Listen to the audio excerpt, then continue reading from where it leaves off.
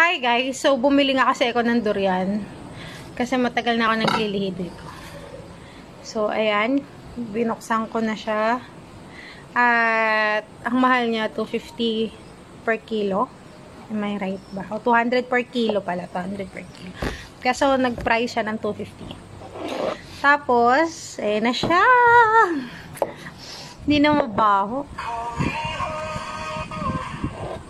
Actually, naubos ko na yan. Gusto ko lang pakita sa inyo kung paano kumain.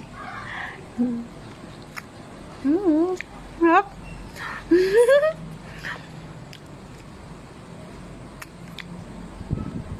Ang sarap niya, para siyang mabolo. Kabila hindi naman masarap, pero naubos ko din yung durian ko. Yan siya.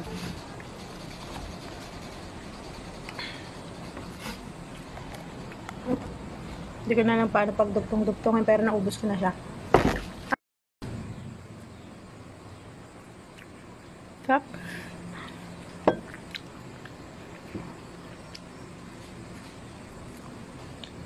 Very creamy.